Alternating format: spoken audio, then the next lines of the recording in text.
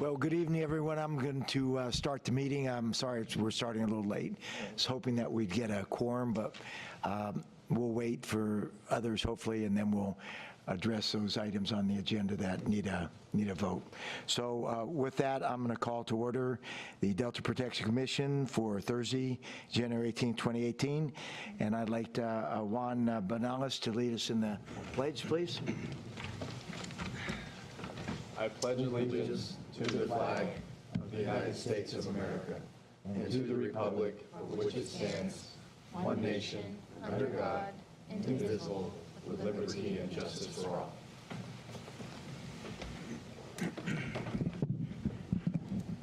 Again, welcome, and we'll call the roll, please. Who's calling the roll? Do you want me to wait for him? No, go ahead. Chair Thompson, Here. Vice Chair Villegas, Making my way here. He's always the grand entrance. Look at the guy. Commissioner Nguyen, Here. Commissioner Banales, Present. Commissioner Ferguson, Here. Commissioner White. Here. Commissioner Lester Moffitt. Here. Here. So we're one commission member shy of a quorum, Mr. Chair, but I know we have a couple of commissioners on their way. They messaged and said they were running into traffic and would be a little late. That'll be fine. We'll take those items that need a motion and a vote. We'll take them when the quorum is here. Okay, we're now at item 3. Anyone wishing to address the commission from the public? Not seeing any. We'll move on to item 4, the consent agenda. We're going to have to pass on that. It requires a motion. Number 5, Executive Director's Report. Thank you, Mr. Chair, and welcome commission members. Sorry for the gnarly conditions out there on the road this afternoon. A couple of items I wanted to highlight in the Executive Director Report that's included within the Commissioner packets. The first is that the staff's work on updating the Land Use and Resource Management Plan continues.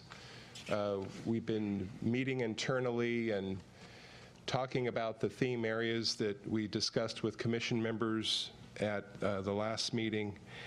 And we plan to highlight additional thinking on those areas, first with the advisory committee, the Delta Protection Advisory Committee. They plan to meet in February. And then at this point, I would imagine we might at the very least, have an update for commission members at the next meeting in March, and maybe even something more detailed than that. But just wanted to let you know that that work is proceeding at the staff level. The third item I'll call your attention to in my report is the levy financing feasibility study. This also, you might recall, we previously called this the Delta Flood Risk Management Assessment District Feasibility Study. And the subcommittee, which is primarily represented on the dais for this project, last met in April of 2017. It's been a quiet handful of months on the subcommittee front, but we have had work at the staff level and with different interests from throughout the stakeholder world on this project. We produced a more recent iteration of that report. It's shorter, it's more streamlined, and it looks like this. Released it on December 29th, and we will have a subcommittee meeting, which Chair Thompson chairs as well, on Friday, February 2nd in Sacramento. It's at 1:30 p.m. And we will certainly have great interest in that report. I think we've been able to work through most of the issues and concerns with that, but we'll see what feedback the subcommittee receives when they meet on February 2nd. The Delta Conservancy awards grants through their Proposition 1 funding, and the Commission serves as one of the reviewers for those grants, and I actually review and score those proposals for the Commission, and I'll be doing that work over the next week, but just a reminder that we do participate in that, and we will be doing so for this third round that the Conservancy is moving forward on presently. Item number 5 in my report is the Delta Leadership Program 2018. This is the third version of the Delta Leadership Program, and we kick it off with a seminar tomorrow in Sacramento. The seminar concludes with an opening reception from 5 to 7 p.m. And if any commission members are in Sacramento or anywhere near Sacramento, we really would encourage you to stop in, even if only for a few minutes, and meet the participants in the 2018 program. By the way, the list of participants is included on the sheet that's in front of all of the commission members. We have good representation from throughout the Delta region, a little heavier in some regions of the Delta than others. It's a really solid group this year. Some of the participants were recommended by commission members, and for that I thank you. They're all very enthusiastic about starting on this effort, and we're real enthusiastic about kicking it off tomorrow. The seminars are conducted primarily by myself and by Lisa Butler, who is with the Stantec firm and has been around water and Delta issues for a long time. She's assisted the Commission on many different efforts in the past, including our last update of the Land Use and Resource Management Plan, and she is the co-facilitator of that program along with myself. And if you know any of these people, make sure you mention to them, hey, glad you're participating in the Delta Leadership Program, and hopefully you'll get a chance to meet them. If not tomorrow, then at either the concluding seminar on May 4th or in presentations that we'll ask them to make to the Commission at the May 17th meeting. Relatively quiet couple of months in the land use arena. Our comment letters are highlighted there. There's really nothing for me to focus on in that, but if you have any questions about any of those comment letters, I would be happy to answer your question. Moving on to an administrative update, the governor's proposed budget for fiscal year 18-19, which was released just last week, includes 2 funding augmentations for the Commission. One is for consultant assistance to prepare a Great California Delta Trail master plan, and the other is for assistance to update the recreation chapter of the Economic Sustainability Plan. And as Commission members may recall, we're currently engaged in an update of the agricultural component of the Economic Sustainability Plan, using money that the Commission received in the previous fiscal year. And we're really pleased to be included in the governor's budget for this augmentation. Neither item is particularly controversial. You never know until you make your way through the budget process in the legislature, but we think both of those will be secure and will be in the final budget once it's approved this summer.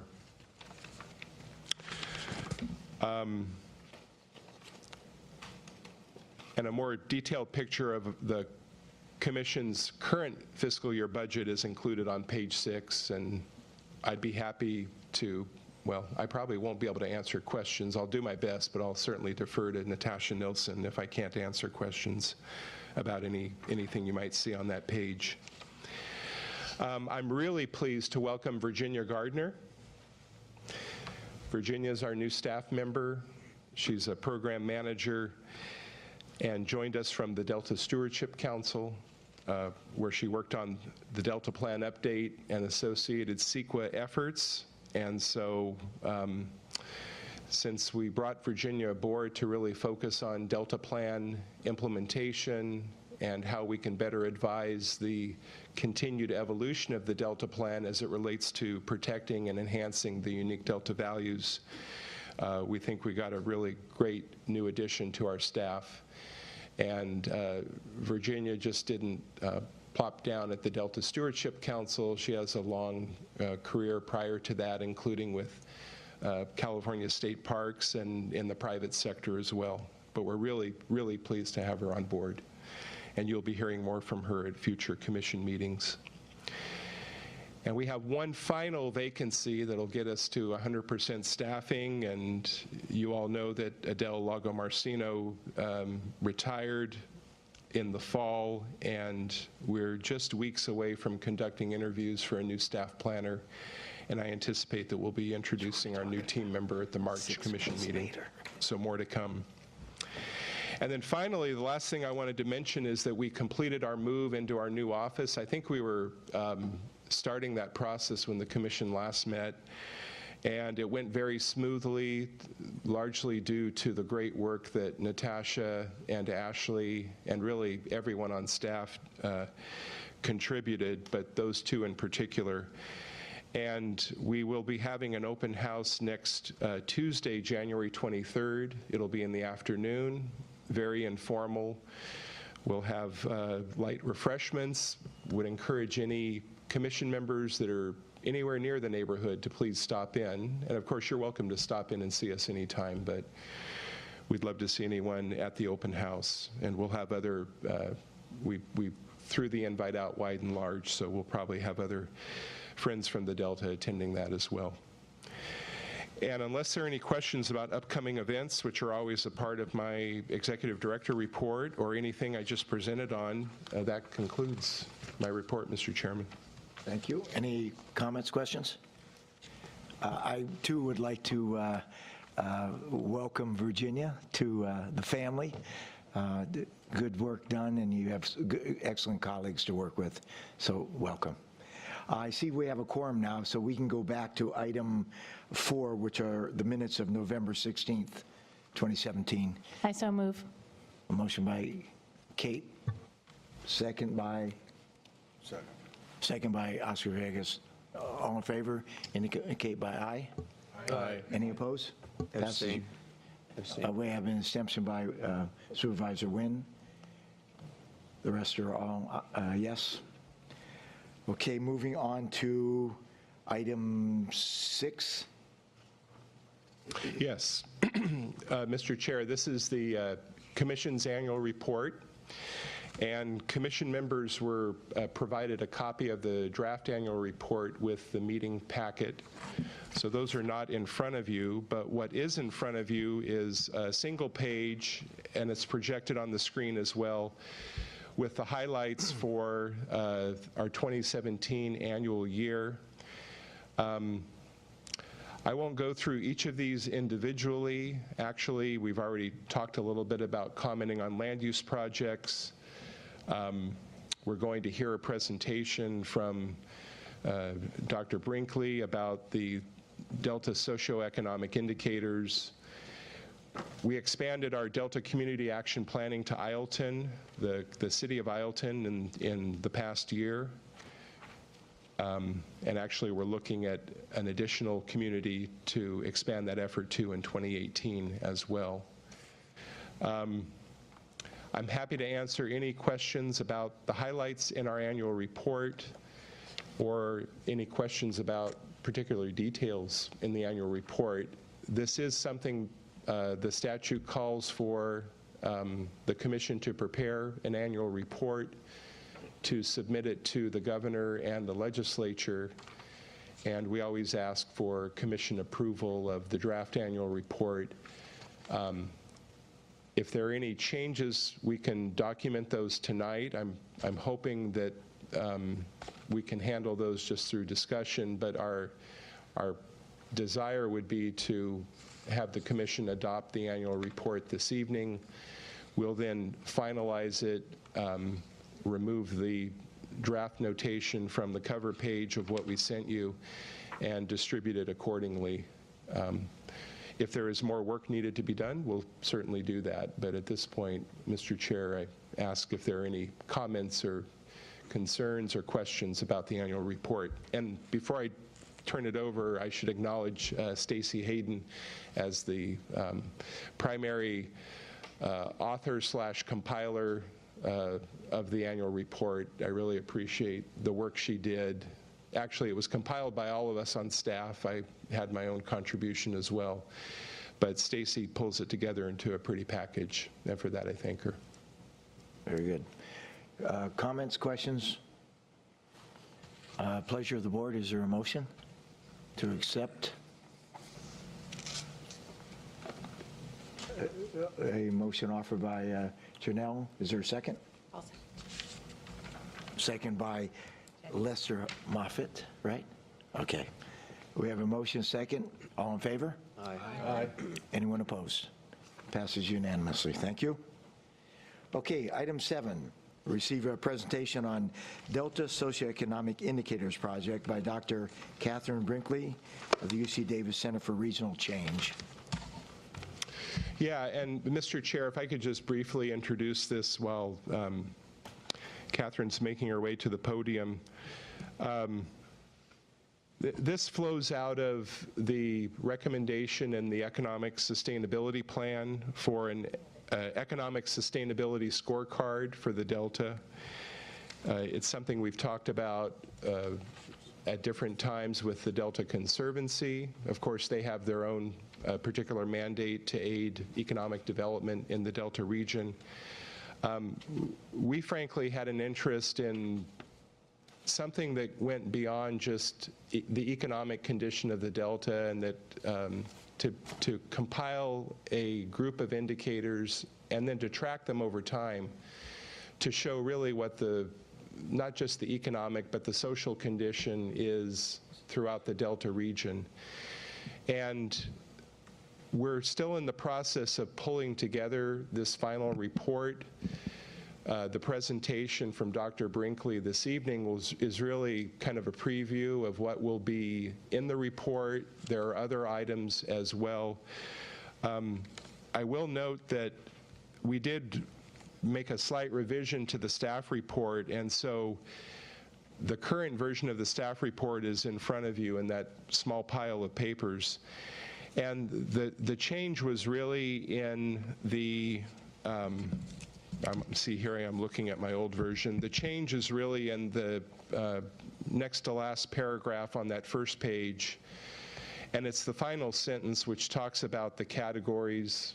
The staff report that went out to you last week included more detail, but was also a bit outdated in terms of what we expect to be in the final report.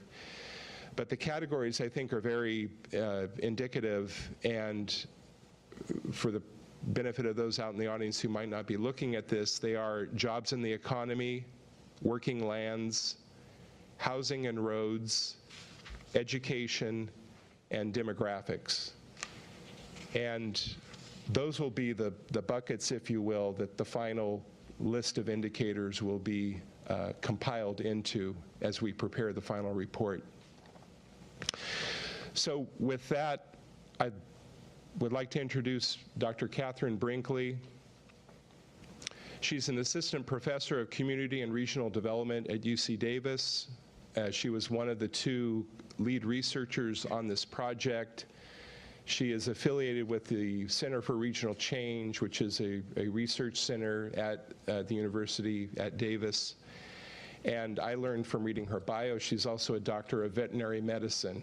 And so that's pretty unique to go from being a vet to being a professor of planning, but we're really pleased with the work that she and her colleague, Dr. Ann Visser, did on this project. Some of you might recall hearing a presentation from them at the very start of this effort back when we were bidding Chair Pifo farewell at the last meeting, her last meeting in Knightson. But we're real pleased to have Catherine here this evening to give you an update on where this work ended up, and from there we will be preparing a final report. So Catherine. Thank you, Eric. Hello. Welcome. Thank you. Anne apologizes that she can't be here tonight, but she's on a speaking tour, so you just have me. This as you can see, is the secondary zone in the Delta, and this is the primary zone. This is some of the data that we used for land cover, and I think it's illustrative of how difficult the task of getting data is for the Delta, because you're dealing with such complex geographies. See if I click here. Nope. Okay. Okay, yes.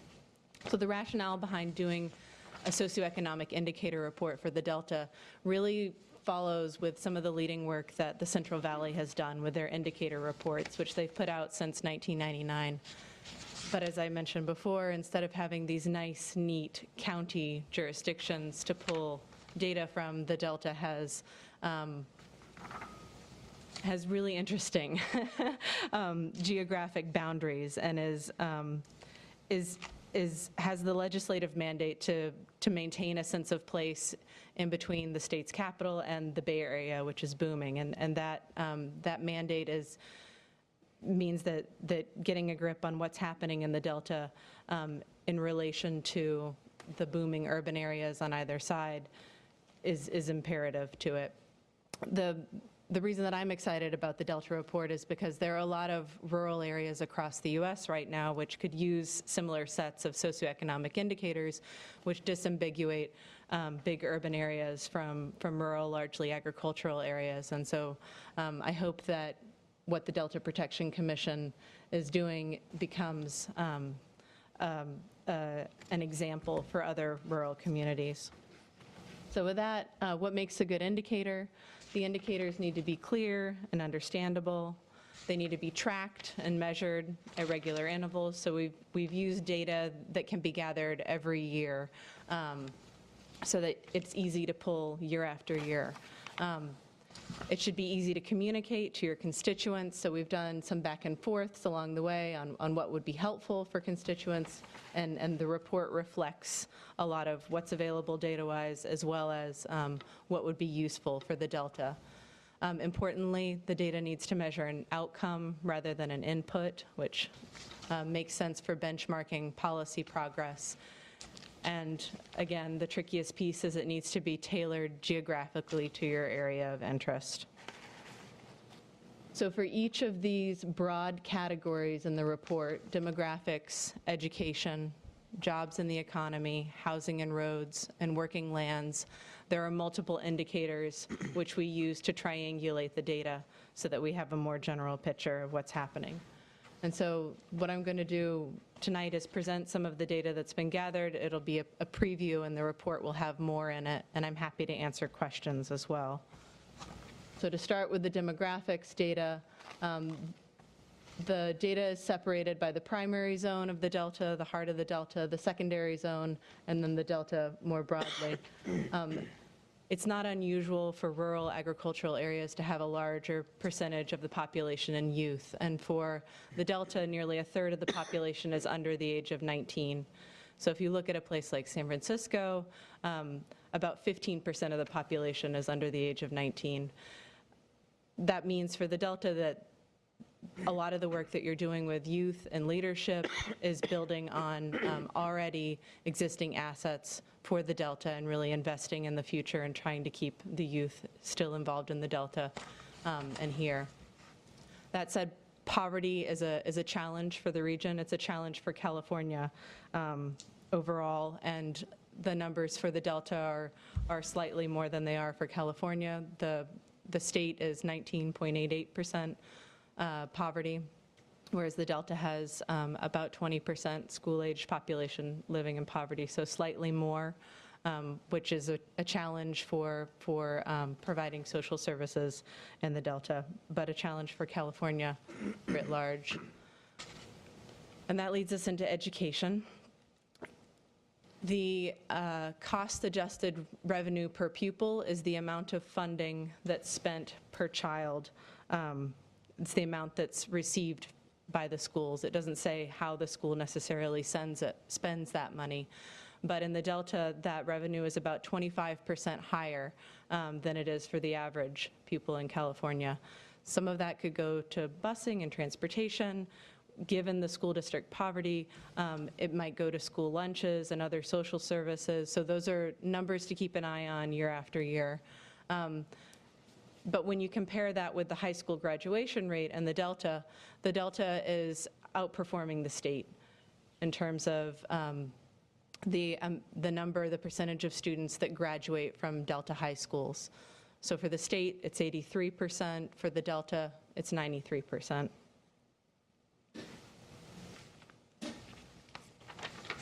And this really feeds into housing because, as I'm sure you all know, high-quality schools tend to drive housing demand and housing value. So this gets into the big picture of the Delta economy, which for a lot of rural places across the United States, most economies are cyclical, but in rural areas, it's agriculture, tourism, and housing. And when an agricultural market is depressed, land tends to be fallowed, and it's all too easy to have land turned over to housing if the housing market is booming. Hence, a reason for keeping an eye on it. So in the Delta, about 2/3 of the land cover in the primary zone and nearly half in the secondary zone is active farming. That's active working fields, not including the fallowed fields. And housing, the housing market has made a steady recovery despite a recovering economy and a struggling housing market with the recession. So those are all good signs for the Delta recovering and maintaining this balance between a thriving housing market, demand for housing, and a thriving agricultural sector as well.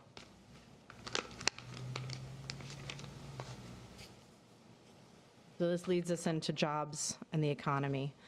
And here you can see a breakdown of the median household income. We use the median instead of the average because it limits the outliers. The Delta, the average median household income is about $60,000. This is outperforming the Central Valley. And it's on par with the state, which is pretty impressive. But when you look at the difference between the primary and the secondary zone, you end up with a picture of the Delta where there are two distinct standards of living within the Delta, which is not surprising for those of you who know the Delta, but at the same time, it's a good thing to keep your eye on in terms of those discrepancies growing. You compare this with looking at unemployment, which we have in the report, and unemployment tends to be higher in agricultural areas, particularly those that have been hit hard by the housing market and the economic recession. And the Delta has slightly higher unemployment rate than California, but comparable to the Central Valley, so comparable to another rural agricultural area.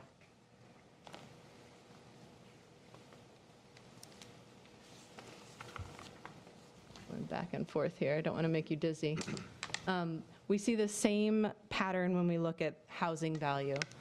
So the Delta is relatively affordable in terms of median home value at about $250,000. Much more affordable than California in general. The primary zone has a higher home value than the secondary zone. So if you remember back to the median household income, higher incomes in the secondary zone, lower median home values, meaning it's affordable, it's a very desirable place to live. In the report, we'll mention vacancy rates. There are low vacancy rates for the Delta in the primary and the secondary zone, and high percentages of home ownership, which means folks are interested in investing in the Delta and staying in the Delta, so there's not a lot of vacancies, and those are compared to the state.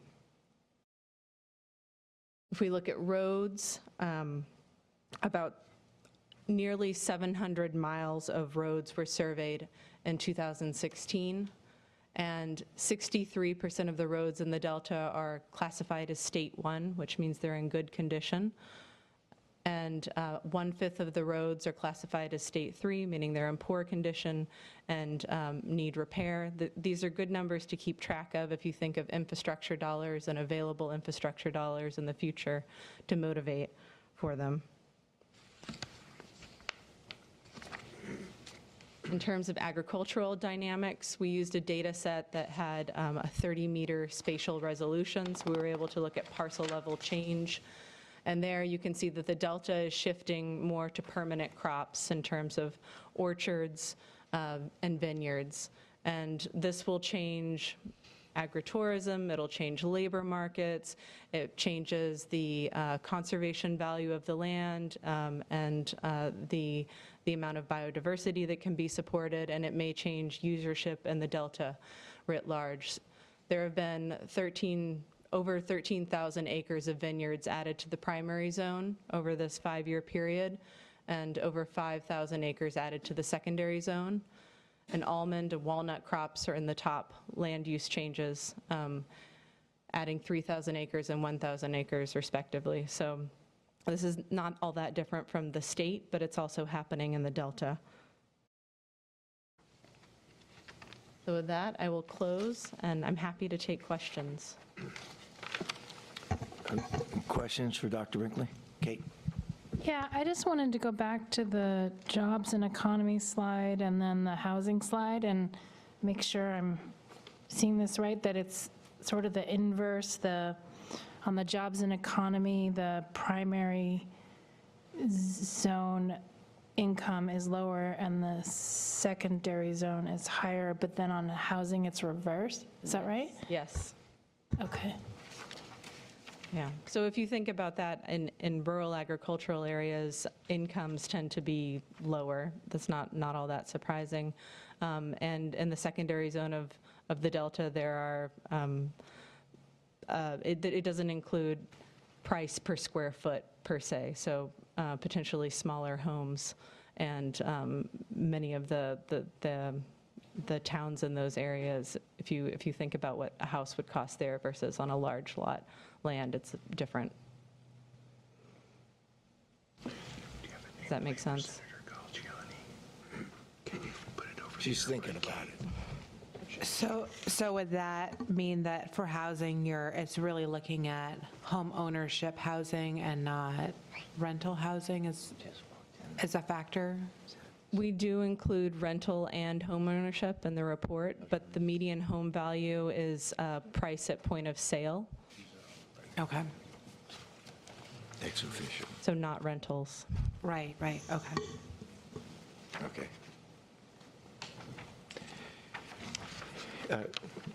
Chuck? You had mentioned in regards to the conversion of land to more permanent crops. And I can only attest to San Joaquin County, and actually my district is most of the east side of the county itself. But as a policy, or at least land use in our county, I don't find, in fact, that, to be honest with you, I can't even think of a time where we converted farmland to housing. The policy of the county, working with the 7 cities, is that development will happen within the cities themselves. So there's really not, there is a conversion from row crops to more permanent crops. You talk about the vineyards, and again, my district is more to the east of the secondary zone of the Delta, but I've got probably close to 90 wineries. And the wineries themselves and their reputation is worldwide. So you're right. It is a growth aspect of agritourism, certainly the economy, et cetera. But I don't see, at least in my county, I don't see the conversion of farmland into housing or commercial or whatever, because and to be honest with you, our housing problem, we use the term affordable, but the reality is our housing problem statewide is really because of the regulations that we impose on the building of houses. If you compare our state with other states with less, and I'm not talking about, rampant, irresponsible housing growth. I'm talking about, a little more latitude in regards to building in different areas of a state or a county. Those ratios of median income to median cost of housing in those states is usually 2 or 3. In other words, 2 years or 3 years of income to buy a house. And in California, in my county, it's 6.6. California's 6.8. LA's 9.4. And the sad part of that is, if you go back to 1969 in the state, in San Francisco, the ratio was 2.3, which means that we've come a long ways from what it used to be across the United States as far as buying or purchasing a home, as opposed to now. And the only thing that's changed is CEQA. And I'm not bad-mouthing it. I'm just saying the reality is that we have created a market, unfortunately, and I've got a lot of young families in my district who just can't not only afford to buy, they can barely afford the rent. And that's really the challenge for this state, is to provide more realistic housing prices, because I bought a house in LA County in 1971 for $25,000. I sold it in 1980 for $90,000. Bought a house in Sacramento for $125,000, sold it in 1991 for $250,000. Now, great for me, but if you talk about families that are starting out in a career, et cetera, you're just driving the price so high that we have a lot of our young families that are starting to move out of the state because they just can't afford to buy their own home. And that's really the goal of most families.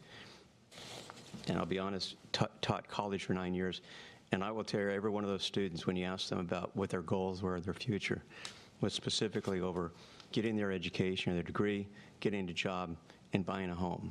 And that was really the goal. So again, I digress, but I appreciate your report. I think it's good, but I think the dynamics, the demographics, they are what they are based upon what we have in our particular county or jurisdictions. And I think one of the things that we hope we can do in the future is to address the housing issue, because it is unfortunately a real drag on our young families, our population, and it's not conducive for the economic development and health of our state itself. Thank you. Thanks, Chuck. Any other comments? Chris. Thanks for your work. Thanks for your work. And just wondering, given what you know about the Delta Protection Commission and our mission, what would you say is the most kind of surprising or interesting thing that came out of this work that maybe you weren't expecting when you went into it? Thank you. That's a fun question. To get back to Commissioner Nguyen's comment, I didn't expect the secondary zone to be such a wonderful place to live, and I think that's a real challenge for the commission in thinking about this balancing act between protecting a sense of place and agriculture, and now a growing interest in wineries and orchards and agritourism, and also housing and high-quality schools. So I'm hopeful that our report provides you with a way to benchmark your progress. And the other thing that was shocking to me is that the commission has done an amazing job in terms of controlling that growth. So there wasn't a lot of land cover change from agriculture or fallowed fields into development or even impervious surface area. And that was really impressive, especially coming from the East Coast, where a lot of farmland has been riddled with urban development, and it's happened very quickly. Any other comments or questions? Well, just a comment. I mean, I think the idea, thank you, but you raise a good point, because I think the supply and demand chain will, that will drive, not necessarily in front of our eyes overnight where it's very obvious and we can do something about it theoretically, but incrementally over time, right? I mean, for example, if you look at what housing exists in both zones of the Delta today, somebody that was here 100 years ago, and that's a very short period of time in our, relatively speaking, and so it's easy to say it's not happening, or it might not happen, or it's not going to happen, but it can very quickly if we're not paying attention to it. So I think it's a good point to raise, and it's certainly something that we ought to be tracking, but it's a difficult one for sure. I do have a question on the education, the revenues for the district being 25% higher than the average, I guess I could use that term. Is that a result of the efforts of the administration and legislature to try to move monies from lower achieving schools to higher achieving, or higher achieving schools to lower achieving schools to try to equalize revenues? Thank you for that question. We used the data that was available to provide a benchmark, but it's one thing to say the school is receiving X amount of money and another thing to see how it's spent. Some of that money could be spent in transportation as well. So when you think about what it costs to bus students over large distances to go to schools, it's a significant cost. So that would be a next step for the report if commissioners are interested in digging into some of those school financing policies. Okay. Very good. Any other questions? Seeing none, we would like to thank you for the presentation. Look forward to the final report. All right, thank you. And I'd like to take this opportunity to recognize our Senator Galgiani for joining us. Thank you. Welcome. Okay, we're going to move on to item 8. Yeah, thank you, Mr. Chair. And for both of these presentations, you know, we're first off very appreciative to be here in this beautiful council chambers, and want to especially thank Commissioner Benalis for making this possible for us to be here this evening. Both of these presentations, the copies of the PowerPoint slides are in the stack of papers in front of commission members, so feel free to use those to jot down notes or to take with you. We're on to agenda item 8, which is an update on the Delta Stewardship Council's revision of Chapter 4 of the Delta Plan, which is the ecosystem chapter of the Delta Plan. And I would like to welcome Ron Melcer, who will be guiding the commission through where the council is as they embark on this effort to update Chapter 4 of the Delta Plan. Ron's a senior environmental scientist with the council and is the lead on this effort, and we're really appreciative that he joins us here this evening. Thanks, Mr. Vink. Commission members, good evening.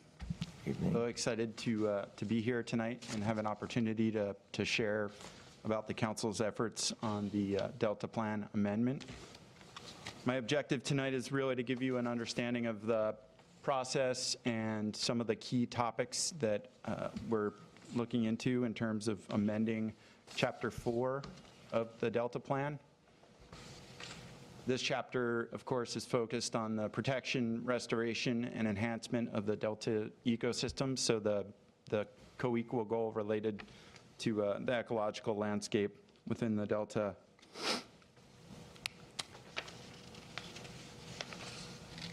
So the chapter, as it sits now, is really predicated around 5 key strategies. Those strategies are intended to address stressors within the Delta related to flows, habitat, restoration opportunities, or the need to put habitat on the ground in terms of meeting species needs, non-native species, and then hatcheries management. So I'll note also that as a regulatory document, the plan has regulations related to those strategies, so flows, several policies related to the protection of opportunities to restore on the landscape and expansion of floodplains, and the avoidance of non-native species introductions. Now, all of this, of course, is intended to be executed in a way that protects the unique cultural values, the agricultural values on the landscape within the Delta, and recognizing the Delta as a key cultural place within California. Slide will go here. Yep. Okay, so a little bit about the rationale of this amendment process. The council recognizes that there have been key developments in multiple arenas. This includes policies of the state. This includes funding opportunities, planning initiatives, and also scientific works, of which I'll touch on a few of those. And so this development, since the Delta Plan has been adopted, is really the key driver, our interest in having best available science and the most incorporation of some of the new initiatives on the landscape in terms of meeting the goals, the co-equal goals of the Delta Reform Act. So our approach has been to invest some time in really understanding those key developments, in understanding best available science on the landscape, and the outcomes of that effort to do our homework on those items are a set of synthesis papers that we'll be presenting to the council. And these really focus on key topics related, of course, to ecosystem conditions. So one, climate change and the Delta, a synthesis. The second paper addresses aquatic ecosystems, fisheries, and the aquatic food web. The third is natural communities, both the terrestrial vegetation and wildlife ecology. And just the topic of ecosystem restoration itself, given the advances and the broadening of perspectives on these type of actions. And what I mean by that is consideration of ecosystem services and the values that society can garner from a healthy landscape, and also the opportunities to enhance wildlife value on agricultural lands. Another effort that we've undertaken is to really review the conservation actions that have occurred to date over the past 20 years, and through some of the tools that the San Francisco Estuary Institute and the Sacramento San Joaquin Delta Conservancy have put together. There are databases of these actions, and so we've taken a deep dive in looking at sort of the architecture of what's been done in terms of preservation versus mitigation for offsetting impacts and maintaining existing conditions versus actual restoration, and also activities, again, on agricultural landscapes.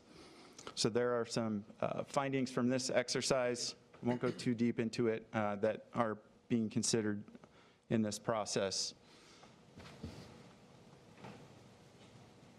Okay, so I touched on sea level rise and climate change a little bit before, but this also, again, is a focal area. We're looking more broadly than just the impacts or effects on species habitat and restoration efforts, and considering human populations in this analysis, and also vulnerability of those populations in terms of socioeconomic status. And again, this provides us a nexus with understanding the benefits that ecological activities can have in terms of the services and values, and also in terms of aesthetics.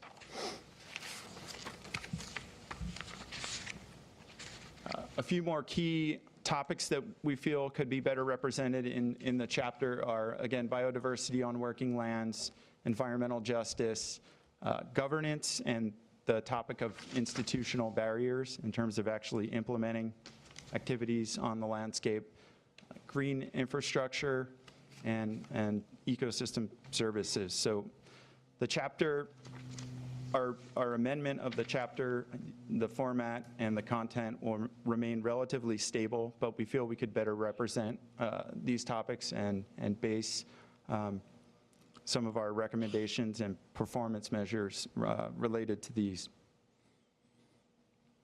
The other keen interest of the council, of course, is adaptive management and seeing the best application of this concept. And we're really reviewing adaptive management programs at various spatial scales. So thinking about the project level through our covered actions process, the program level, of course, the Eco Restore adaptive management framework, and at a system level, we have our science action agenda, which addresses the topic. So one slide to sort of wrap up these processes. We have our synthesis work, which incorporates new science, state of the Bay, Delta information, the policies, funding opportunities. This combined with the planning framework that the Delta Conservation Framework will be putting out in the coming weeks, and consideration again of implementation of operations and maintenance, adaptive management, and wrapping that up together in our review of actual plan content and updating of the text, the narrative, the recommendations and policies, and performance measures. Another component to the effort, which I haven't touched on yet, is a significant amount of outreach tonight included in terms of informing our partner agencies, the public, residents of our process of amending the chapter of seeking input. The council and vice chair of the council have been engaged in listening sessions with high-level stakeholders. We will be having a public meeting in mid-February to review some of the synthesis work and receive input on the process from the public. And of course, after the amendment would be approved by the council, we would be looking to initiate environmental review, or actually it would be initiated in parallel through a scoping process and public hearings, and that sets up another level of review of the work and opportunity for public engagement. And so this is somewhat of an abbreviated version of the schedule on the slide. I just wanted to touch on the council touch points in the next several months. In February, we'll be presenting on the synthesis paperwork and the recommendations coming out of our review of science and policy.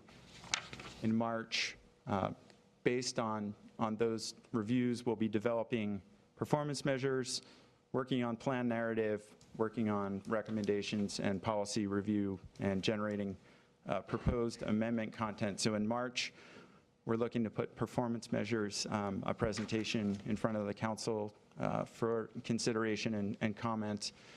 And in May and likely June, we'll be looking for a review of the entire amendment package, including the synthetic work and how that relates to our proposed changes, and asking the council again for input and seeking approval at that point and initiating the environmental review. And so that's my last slide at this point, and sort of a brief look at what we're entrenched in at this point. So hopefully that's informative, and I'm happy to take questions. Thanks, Ron. Questions, comments? Brian? Yeah, I was just reading through the summary here that was given to us. I don't know if this was you that wrote it or not, but I was just trying to understand. One of the things about the amendments is it said that it would be informed by the best available interdisciplinary perspectives on the human benefits of a restored ecosystem.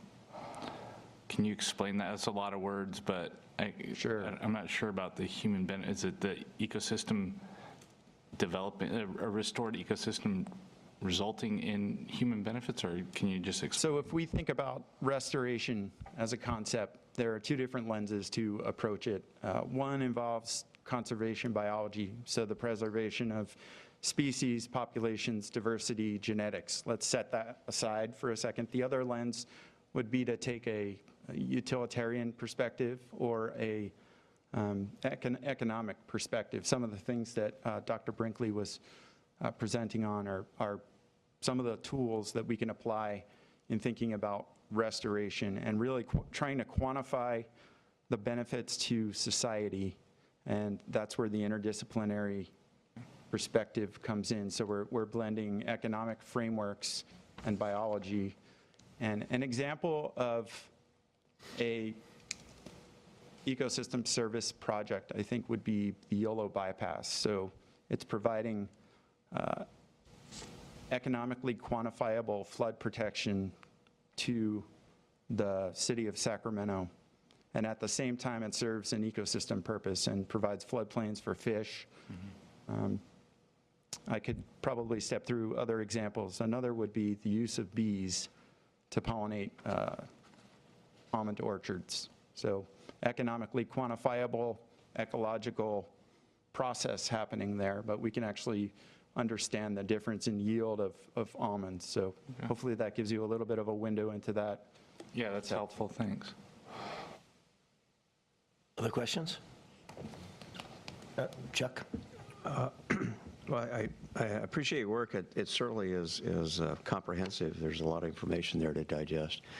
One of the questions, though, and you talked earlier in your presentation about flows, which obviously is important in regards to the fish, and then, of course, for the intrusion of salt water into the delta. And I have to defer to my colleagues who are in the west part of the delta because they talk about saltwater intrusion, crops, et cetera.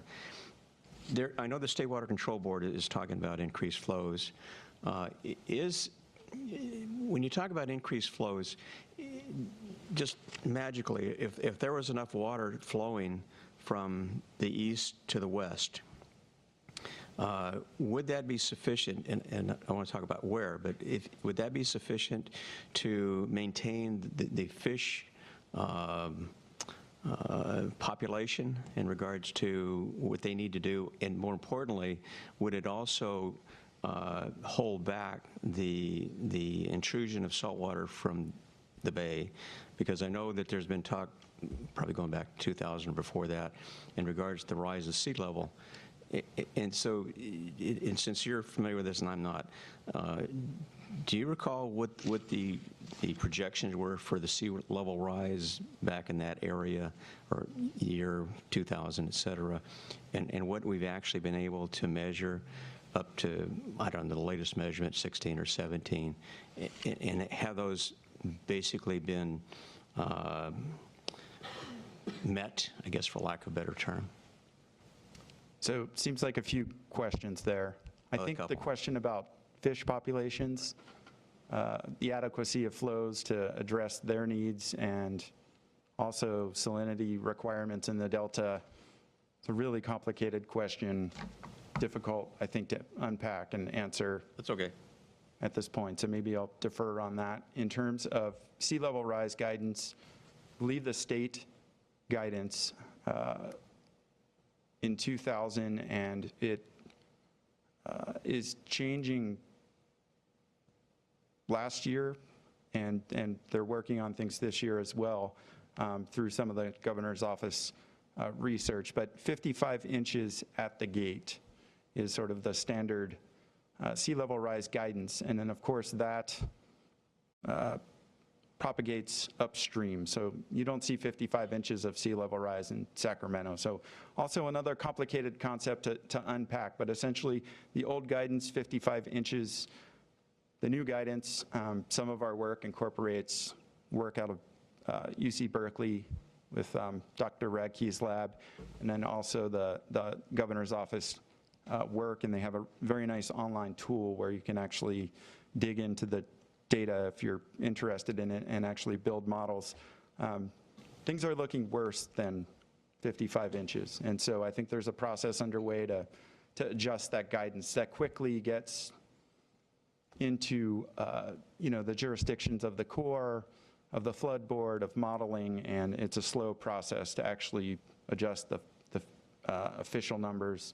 And then our modeling tools continue to improve, our understanding of climate continues to improve, and so, again, a complicated topic. I'm not sure if I've totally addressed your question, but I think we're very interested in understanding the range of possibilities, knowing that no single model is going to give us the correct answer, but these modeling exercises are useful in that they generate ideas and some level of understanding, and then we can apply that to our planning and work with those implications. So that's my best take at your hard question. So what you're saying is basically it's an adaptive process. Exactly.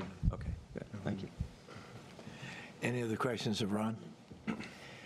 Well, Ron, thank you. I guess I'll be getting a second version of this here later on. Yes. The stewardship. But I appreciate the presentation, and it was a good presentation, so thank Great. you. We certainly look forward to more discussion. So, Okay, good. Thank you. And we do have one speaker on this item, Mark Brunner. Let me stay. Thank you. Thanks, Ron. Mark, Thank you, welcome. Mr. Chair. I just really intended to come and listen and learn, but I feel compelled to make a number of comments in response to the presentation. I didn't hear in any of the information presented how the plan revisions would address the mandates in Water Code Section 85054. That's the code section that lays out the two co-equal goals, followed by a sentence that mandates that the co-equal goals must be accomplished in a manner that, and I'm just paraphrasing here, respects the culture and the natural resources in the Delta. And while I understand the speaker's presentation laying out a general foundation of why the plan addresses the co-equal goals, I didn't hear any information that addressed a mandate by the legislature for that second sentence. And I would just posit that without addressing the mandatory provisions in the second sentence, the plan on its face and the proposed amendment on its face would just fails to meet minimum statutory muster. And so I know this is just a comment period, there's discussion happening, and my words are strong, I understand that, but I just feel it's important to bring it to the attention of the commission. The second matter of significance, I think, is I didn't hear anything in the presenter's comments or in the slides that acknowledge that currently at a sister agency, Department of Fish and Wildlife, there is in formulation the Delta Conservation Framework. DWF is proposing a permit, well, a regulatory process. It's advisory only, I understand, but it can be quickly incorporated and adopted by other agencies that intends to govern the Delta from a conservation perspective out to the year 2050. I think virtually every one of you know about that. There have been presentations here. It's not anything in the dark for sure. But again, I would say that on its face, unless the plan looks at other similar efforts by other state agencies trying to accomplish the same thing, then we are just repeating what the Delta has been subjected to over time, and that is these parallel plans, each appearing to be somewhat standalone, but failing to get the coordination together necessary to achieve something that's workable for all parties, both on the agency side as well as on the resident Delta interest and stakeholder side. Those are my comments, and I would just ask that for whatever the commission can do to perhaps ask the council members, and I can certainly do it as an individual, I know, and through other means. But I think those 2 points are foundational and not getting into the weeds and must be addressed for this project to move forward with any efficacy. Thank you. Thanks, Mark. Good comments, and we'll expect to see at the Stewardship Council with those comments and many more, I'm sure. Thank you very much. Okay, thanks. Any other comments on this item? Seeing none, we'll move on to number 9. Commissioner comments or announcements? Any of my colleagues have any announcements? Yes, I have a quick announcement. At the Department of Food and Agriculture, our State Board of Food and Ag is going to be having a meeting here in the Delta at the Old Sugar Mill on January 31st. The meeting agenda will be posted tomorrow, but we're glad to have Chair Skip Thompson there, so thank you so much for agreeing to speak. We'll also have other members in the public. Mark Pruner will be speaking as well, and we'll have Chris as well, Chris Turnell with the Resources Agency be speaking as well. So thank you guys in advance for your participation, and we invite everyone to come and to participate in the discussion. We will be posting the agenda tomorrow, but it will begin at 10:15 at the Old Sugar Mill in Clarksburg. Thank you very much.